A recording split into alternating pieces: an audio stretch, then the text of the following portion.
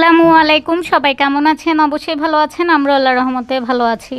তো আজকে সারাদিন শরীরটা তত একটা ভালো লাগতেছিল না, এটার জন্য কোনো ভিডিও করিনি।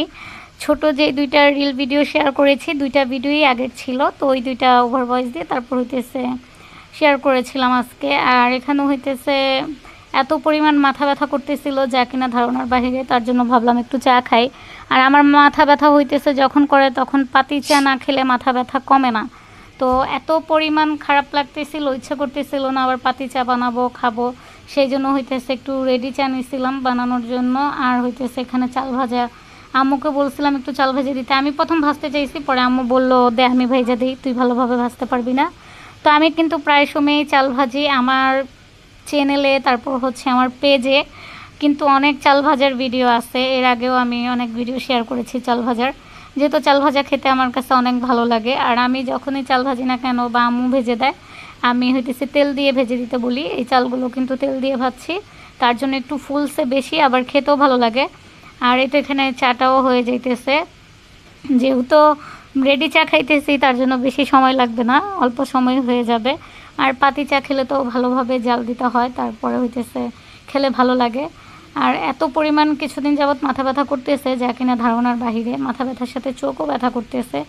জানি না এরকম কেন হইতেছে। এর মধ্যে হইতেছে আবার একটু গ্রামের বাড়িতে যাওয়া লাগতে পারে ঈদের মধ্যে। আমি তো যাইতে চাইতেছি না সিজদাদের দেশের বাড়ি। তো আমার কাছে কেন জানি গ্রামের বাড়িতে ভালো লাগে না, সেটা ঈদে হোক বা যখনই হোক। দেখা যায় সারাদিন ভালো লাগে, তবে যখন রাত্র হয় তখন আর ভালো লাগে না, ঘুম আসে না গ্রামের বাড়িতে গেলে আমার। তারপর এখন তো বৃষ্টির দিন, বাইরে কাদা মাটি পুরো ভরে যাবে, সব কিছু মিলিয়ে ভালো লাগে না। আর সিজদাদের বাড়িতে হইতেছে চাপকল দিয়ে চাপ দিয়ে সব কাজ করতে হয়, এটার জন্য হইতেছে বেশি কষ্ট হয় আমার। দেখা যায় সিজদার দাদার বাড়ির কলটা, চাপকলটা খুব টাইট, ওইটা চাপতে চাপতে মনে হয় আমি এখনই শেষ। তার জন্য আর যেতে ভালো লাগতেছে না, জানি না, তারপরও মনে হয় যাওয়া লাগবে। কারণ সিজদা প্রথমে বলছে যাবে, এখন আবার বলতেছে যাবে না। তো সিজদার দাদা ভাইও হইতেছে সিজদাকে দেখতে চাইতেছে, ওই দিন আমাকে বারবার বলছে যেন যাই। তো এখন পর্যন্ত আমার যাওয়ার ইচ্ছে নাই, আমাদের বাসায় একটু সমস্যাও আছে। সব কিছু মিলিয়ে জানি না যাওয়া হবে কি না, যাওয়া হলে তো অবশ্যই সবাই দেখতে পারবেন। তো এখানে হইতেছে চাটা আর একটু জাল দিব, চাটা একটু বেশি জাল দিলে তখন খেতে ভালো লাগে।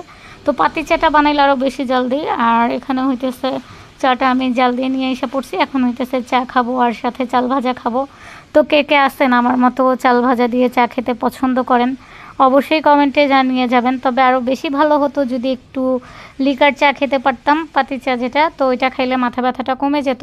আমার যখন অনেক বেশি মাথা ব্যথা করে তখন একদম আমি কড়া করে কফি বানায় খাইলে মাথা ব্যথা কমে। আর নয়তো হইতেছে চাটা তো আমি এমনিতেই সবসময় জাল দিই বেশি, লিকার দিই বেশি। এটার জন্য আম্মু সবসময় বলে তোর চা খাওয়া যায় কি না, তুই এত পরিমাণ চা পাতা দেস। তো আসলে আমি চা পাতা না দিলে আমার কাছে ভালো লাগে না। তো দেখি খেয়ে মাথা ব্যথাটা একটু কমে কি না।